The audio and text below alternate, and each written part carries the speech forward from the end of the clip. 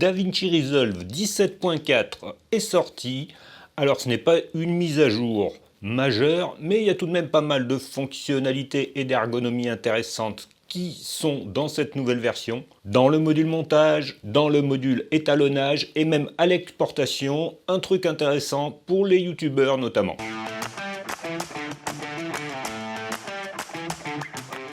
Bonjour et bienvenue sur Pix'n'Light. Blackmagic Design ne cesse de faire évoluer son logiciel sans faire de grosses mises à jour. Ici, nous avons des évolutions intéressantes à destination de différents publics. Pour ceux qui ont besoin de travailler en collaboration avec d'autres personnes, il y a la possibilité d'utiliser Dropbox plus facilement. On va voir ça dans le logiciel, mais pour l'instant, sur mon poste, ça bug un peu.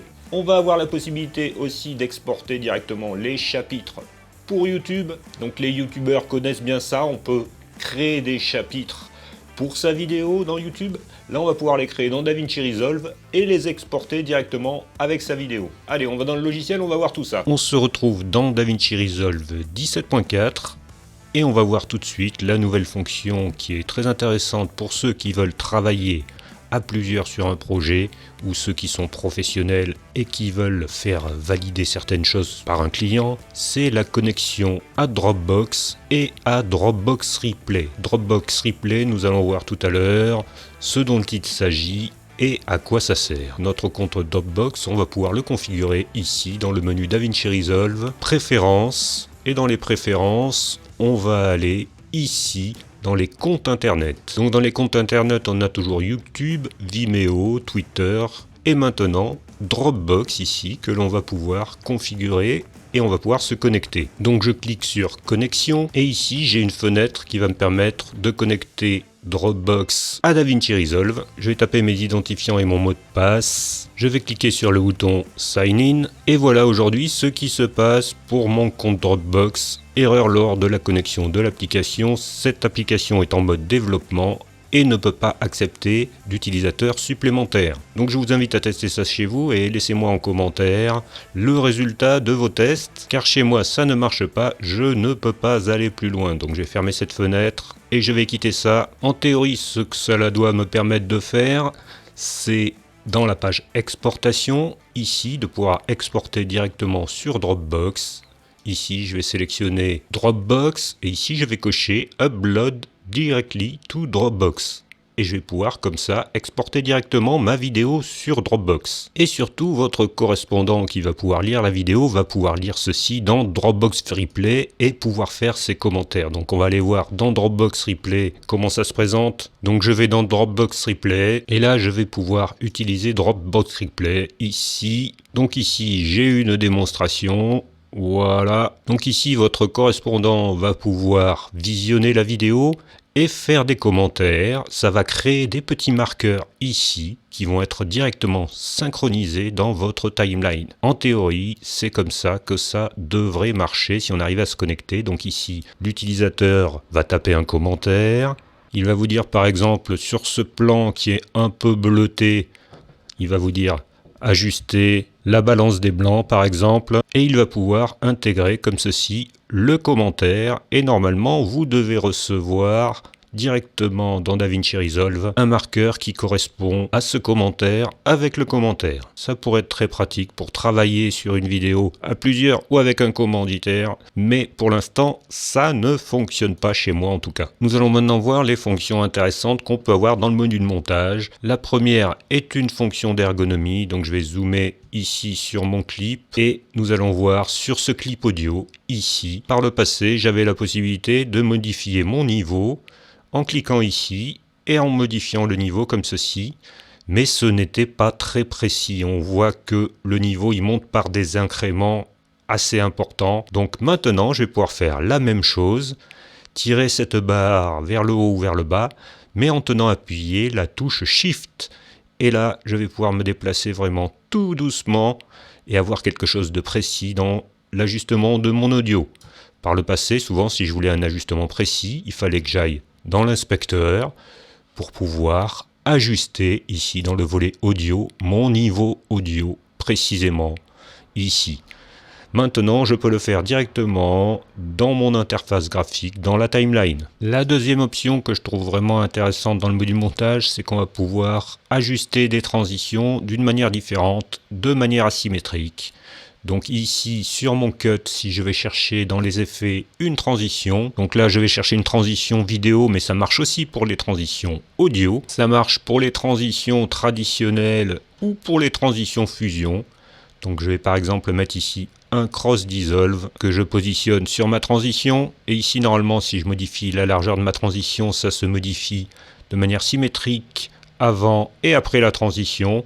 Maintenant, si je tiens la touche CTRL appuyée, je vais pouvoir exécuter cette transition de manière asymétrique entre ce qui se passe dans le clip précédent et dans le clip suivant. Donc voilà une fonctionnalité qui va me permettre de faire mes transitions différemment et d'avoir un peu plus de flexibilité dans l'ajustement de mes transitions. Une autre fonction intéressante concerne le montage proprement dit. On va pouvoir sélectionner les trous ici dans notre montage. Par exemple, si je clique ici, je vais pouvoir sélectionner cet espace avec des points in et des points out en faisant Shift A. Et j'ai immédiatement mes points in et mes points out qui ont été positionnés dans ma timeline. Et donc si je veux supprimer cette partie par exemple, je peux faire Shift Backspace, tout simplement. Voilà une petite amélioration de l'ergonomie au montage. Ensuite on va passer dans le module étalonnage. Et dans le module étalonnage, ce qui va nous sauter aux yeux d'abord, c'est qu'on a maintenant des petits icônes ici, des petits icônes. Avant on avait des points qui étaient moins explicites. Maintenant on peut se fier à ces icônes pour voir qu'ici je suis dans les color wheels. En plus je le vois quand je passe la souris dessus. Ensuite ici je suis dans les color bars. Et ici, je suis dans les log wheels. Ça permet de se repérer mieux par rapport à nos petits icônes. De la même manière, j'ai des petits icônes qui ont été introduits dans la zone des courbes. Donc là, je vois que j'ai U versus U versus saturation, etc. Avec un peu d'habitude, on va pouvoir repérer plus facilement les différentes fonctions, maintenant qu'elles sont représentées par des petits icônes. Alors c'est vrai, ils sont un peu petits, mais je vois ici par exemple que la saturation... Ici, j'ai saturation versus saturation.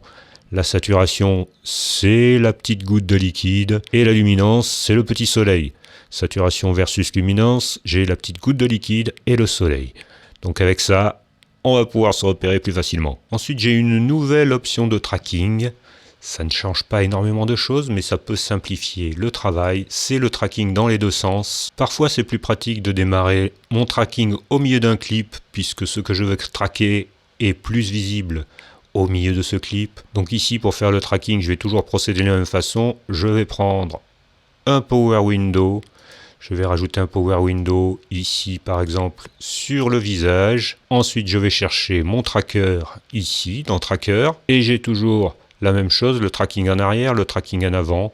Et maintenant, j'ai le tracking en avant et en arrière. Donc le tracking va se faire dans un sens et après dans l'autre. En une seule fois. C'est un outil sympa pour se faciliter la vie et travailler plus rapidement. Toujours dans le module étalonnage, j'ai un nouvel effet OpenFX. Donc je vais aller dans mes effets OpenFX et je vais ici cliquer sur la petite loupe et rechercher cet effet qui s'appelle Elation. Il est ici. Je vais l'amener ici sur mon node.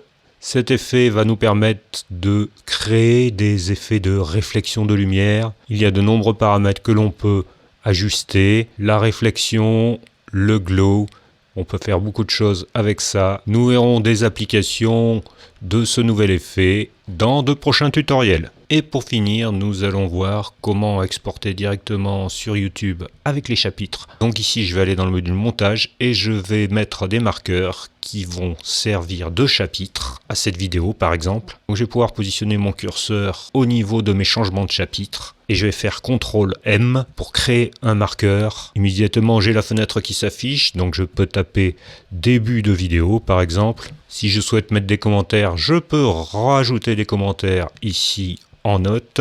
C'est le début. Je peux choisir aussi une autre couleur si je le souhaite. Là, je vais laisser en bleu. Je fais terminer. Ensuite, je vais déplacer mon curseur et je vais créer un deuxième chapitre.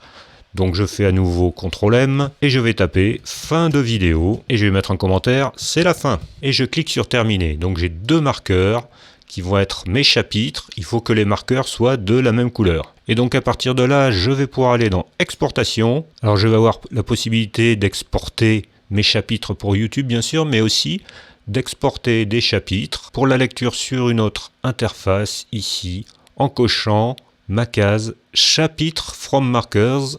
Et ici, je choisis la couleur, donc je vais rester en bleu, puisque c'est la couleur bleue que j'ai choisie pour mes marqueurs. Mais là, dans mon cas, je vais choisir d'exporter pour YouTube. Donc je ne vais pas passer par Custom, je vais aller dans mon preset YouTube. Et dans ce preset, vous vérifiez bien que la case télécharger directement sur YouTube est bien cochée. Là, je vais pouvoir donner un titre à ma vidéo.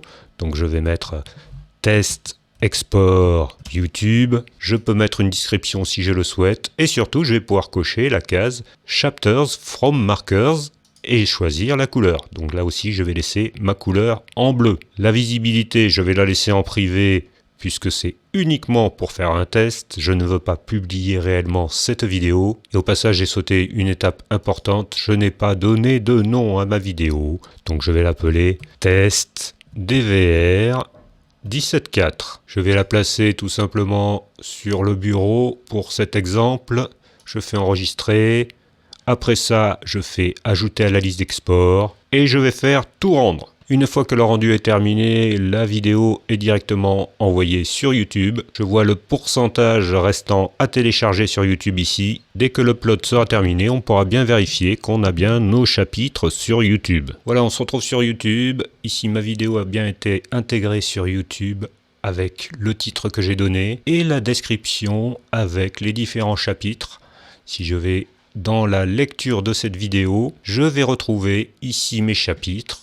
Et les utilisateurs vont pouvoir accéder aux différents chapitres. Alors bien sûr, ici, ce n'est pas très significatif, vu que c'est une vidéo qui fait une douzaine de secondes, mais on va pouvoir créer facilement nos chapitres directement dans DaVinci Resolve. Vraiment très intéressant. Voilà, il y a aussi pas mal d'autres évolutions dont je n'ai pas parlé. Si vous avez des questions, n'hésitez pas à les poser dans les commentaires. À très bientôt sur Pixel Light. Au revoir.